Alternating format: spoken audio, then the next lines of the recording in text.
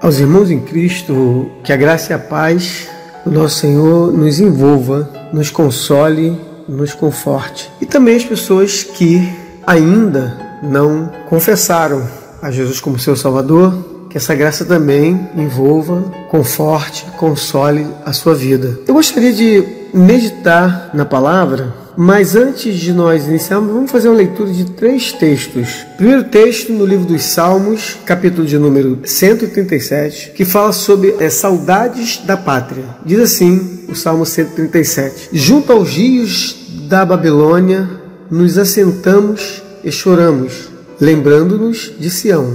Nos salgueiros que há no meio dela, penduramos as nossas harpas. Porquanto aqueles que nos levaram cativos nos pediam uma canção, e os que nos destruíram, que os alegrássemos, dizendo: Cantai-nos um dos cânticos de Sião. Mas como entoaremos o cântico do Senhor em terra estranha? Se eu me esquecer de ti, ó Jerusalém, esqueça-se a minha destra da sua destreza. Apegue-se-me a língua ao paladar, se me não lembrar de ti, se não preferir Jerusalém, a minha maior alegria. Lembra-te, Senhor, dos filhos de Edom, no dia de Jerusalém, porque diziam: Arrasai-a, arrasai-a, até os seus alicerces. Ah, filha da Babilônia, que vais ser assolada. Feliz aquele que te retribuir consoante nos fizeste a nós. Feliz aquele que pegar em teus filhos e der com ele nas pedras. Essa é a leitura do Salmo 137. Nós vamos para o Novo Testamento, nos Evangelhos, no capítulo 8 do Evangelho de João. Vamos ler alguns versos, do 31 até o 37. Diz assim essa passagem: Jesus dizia, pois, aos judeus que criam nele: Se vós permanecerdes na minha palavra, verdadeiramente sereis meus discípulos, e conhecereis a verdade, e a verdade vos libertará. Responderam-lhe: Somos descendentes de Abraão, e nunca servimos a ninguém. Como dizes tu, sereis livres? Respondeu-lhe Jesus: em verdade vos digo, que todo aquele que comete pecado é servo do pecado. Ora, o servo não fica para sempre em casa, o filho fica para sempre. Se, pois, o filho vos libertar, verdadeiramente sereis livres. Bem sei que sois descendência de Abraão, contudo procurai matar-me, porque a minha palavra não entra em vós. Nós lemos aqui no Evangelho de João, capítulo 8, do verso 31 ao verso 37. E o terceiro texto que nós gostaríamos de ler está registrado aqui na segunda epístola de Paulo aos Coríntios, no capítulo 12, do verso 7 até o verso 10, que diz assim: E para que me não exaltasse pelas excelências das revelações, foi-me dado um espinho na carne, a saber, um mensageiro de Satanás, para me esbofetear, a fim de não me exaltar, acerca do qual 3 vezes orei ao Senhor, para que se desviasse de mim. E disse-me: A minha graça te basta, porque o meu poder se aperfeiçoa na fraqueza. De boa vontade, pois, me gloriarei nas minhas fraquezas, para que em mim habite o poder de Cristo. Pelo que sinto prazer nas fraquezas, nas injúrias, nas necessidades, nas perseguições, nas angústias, por amor de Cristo, porque quando estou fraco, então sou forte. Aí vem a pergunta: o que teria a ver uma leitura de um texto nos Salmos 137, uma leitura de um texto no Novo Testamento, no Evangelho de João, capítulo 8, e na Epístola de Paulo aos Coríntios, a segunda epístola, no capítulo 12? O primeiro texto, ele fala de cativeiro. Eu não gostaria de me deter a questões históricas, aprofundar-me no texto, apenas refletir um pouco, pensar um pouco, interpretar a partir da ideia de cativeiro.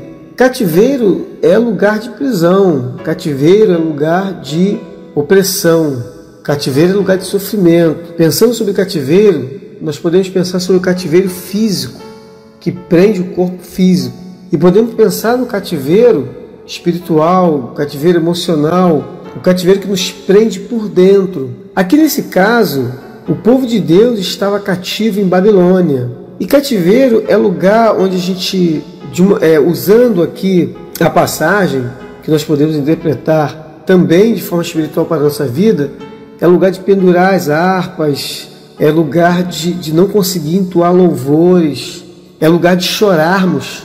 Cativeiro é lugar onde nós sofremos consequência de pessoas que nos perseguem, que se alegram com a nossa luta, com o nosso sofrimento, a ponto de nós até desejarmos, pedirmos a Deus, orarmos a Deus para nos livrarmos dessas pessoas, como Jael aqui. Lembra-te dos filhos de Edom, porque os filhos de Edom, eles se alegraram na desgraça sobre a qual estava o povo de Deus, o povo judeu. Então eles oraram, lembra-te de Edom, porque quando nós estávamos numa pior, quando nós estávamos sendo destruídos, eles se regozijaram pela nossa destruição. No cativeiro, a gente sofre tantos ataques que a gente chega a desejar até que aquele que nos oprimiu, que eles também sejam infelizes, porque nós estamos sofrendo e nós não conseguimos, de uma forma espiritual, não conseguimos orar pelos que nos oprimem. Como eles falam, que aconteça com eles o que aconteceu conosco. Retribua eles consoante nos fizeste a nós, ou seja, que eles passem pelo mesmo. Feliz é aquele que pega os seus filhos e der com ele numa pedra, porque eles fizeram isso com a gente e nós também queremos com ele. O cativeiro nos leva a isso. Mas cativeiro, ele requer, quem está no cativeiro precisa de um libertador. Porque normalmente quem está cativo, quem está preso, não consegue se autolibertar. É necessário que surja um libertador. É necessário que surja um advogado, que surja um juiz, que busque um habeas corpus, ou seja, a liberdade física da pessoa. E para o povo de Deus, o povo de Judá, Deus enviou a Ciro para libertar o seu povo do cativeiro de Babilônia. Depois de 70 anos, Deus usou a Ciro, um rei persa, para libertar aquele povo. E aqui nós encontramos, na passagem do Evangelho de João, Jesus falando sobre o cativeiro do pecado. E o cativeiro do pecado, ele gera inúmeras consequências das piores possíveis na vida de um ser humano. E Cristo aqui se apresenta como o libertador do pecado e, consequentemente, libertando o ser humano desse cativeiro chamado pecado, que destrói o ser humano, que destrói a humanidade. Então ele fala aqui, olha, se vocês permanecerem na minha palavra, verdadeiramente vocês vão ser meus discípulos. Se vocês conhecerem a verdade vai libertar vocês. Esse conhecer aqui, buscando, pesquisando o significado das palavras, eu achei interessante que esse conhecer é um conhecer que tem início, que tem um progresso e que tem a obtenção de algo. É um conhecer uma verdade a partir ou mediante uma experiência pessoal, ou seja, um encontro pessoal com essa verdade que é o próprio Cristo. Eles questionam aqui, mas nós não somos descendentes de Abraão, nós não servimos a ninguém, como dizem que nós precisamos ser libertos? Jesus estava falando exatamente da libertação do cativeiro espiritual que eles ainda se encontravam. Ele fala assim, pois o Filho vos libertar, verdadeiramente sereis livres. Se ele diz que conhecereis a verdade vos libertará, e depois ele diz, e se o Filho vos libertar, verdadeiramente sereis livres, essa verdade então da qual ele fala é ele mesmo. O interessante é que ele mostra que o homem tem um cativeiro espiritual, um cativeiro do pecado, e que esse cativeiro do pecado leva a consequências terríveis. Ele se apresenta como aquele que pode libertar o homem, e ele diz que se vocês permanecerem na minha palavra, sereis meus discípulos.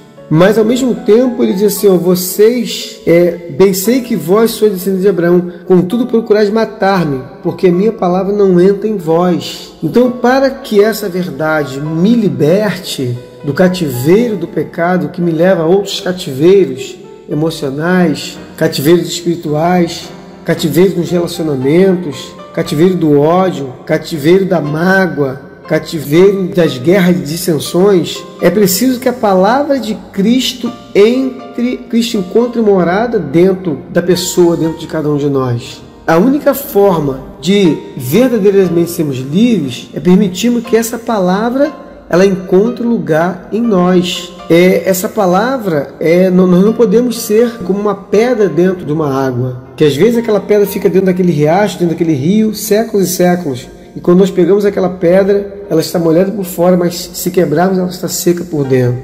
Essa palavra não basta que essa verdade apenas nos molhe, digamos assim, por fora, que sejamos molhados por fora. Mas essa verdade, essa palavra precisa encontrar lugar em nós para nos libertarmos. E conhecereis a verdade, e a verdade vos libertará. E aí, quando nós lemos aqui uma passagem na segunda epístola aos Coríntios, em que Paulo fala sobre um espinho na carne, nós podemos interpretar aqui como esse espinho na carne era o cativeiro que ele estava vivendo. E aí ele pede para que seja desviado dele, seja tirado dele. E o Senhor diz que não, mas a graça dele bastava. Então, pensando sobre isso, me fez refletir que muitas vezes nós estamos no cativeiro, muitas vezes Deus, Cristo Jesus, não nos tira do cativeiro, mas Ele nos dá graça para suportar o cativeiro. Essa palavra graça aqui, ela tem o significado de alegria, de regozijo, de graça, de favor, de bênção imerecida.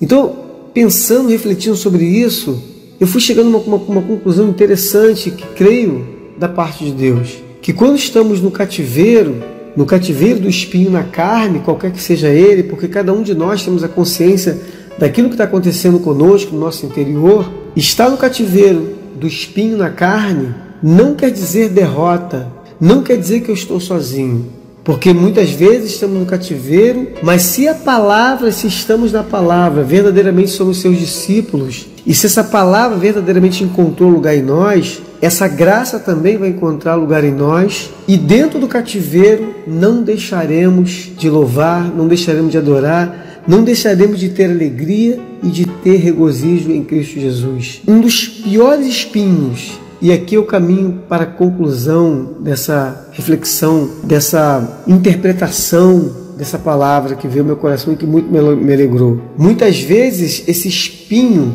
tem a ver com alguém que nos machuca, que nos fere.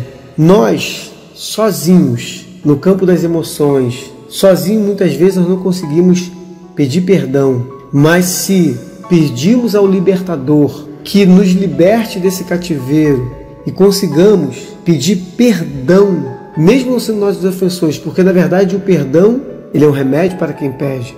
Mesmo que nós não consigamos ir à pessoa, ao ofensor, se nós dentro de nós, verdadeiramente, a palavra de Cristo, do nosso libertador estiver em nós, nós conseguiremos perdoar aqueles que nos ofendem e sairmos do cativeiro da mágoa, do rancor, da ira.